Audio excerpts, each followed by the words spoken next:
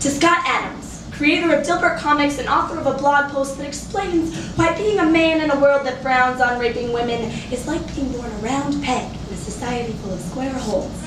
Dear Scott, I hope you will forgive me if I assume that men have more control over their appendages than a jack-in-the-box over his eruption.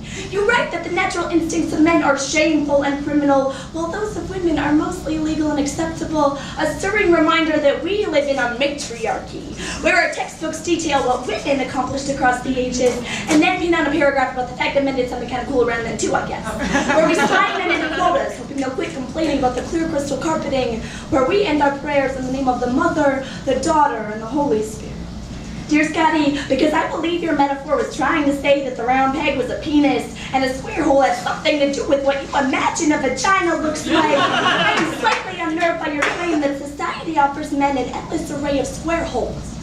Like a buffet laid out before them where they can eat their fill for $7.25 and then leave their half-ravished plates scattered across the table for someone else to clean up because they are too full for more, but good God, are they satisfied. Dear Scotty, let's talk about sex. Not the kind that's like rape, only without the hassle of having to convince yourself she really wants it, but the kind that your parents asked the doctor about when they were pregnant with you. You call our society a zero-sum game where if men get everything they want, women lose, marking a dark divide between male and female that only exists because people like you keep drawing it. If boys were born one thing and girls another, we wouldn't have to police them with pink and blue crayons.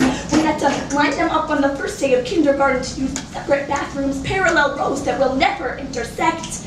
Dear Scotty, I want to tell you a story. In Maori mythology, Hine is the goddess of night and death. Maui, a delinquent demigod, sought everlasting life, looking for it between her legs while she slept, believing he could crawl inside her most sacred space, traverse her entrails, and climb out of her mouth immortal. Maui had barely made progress in his penetration when one of his watching friends laughed, waking the goddess.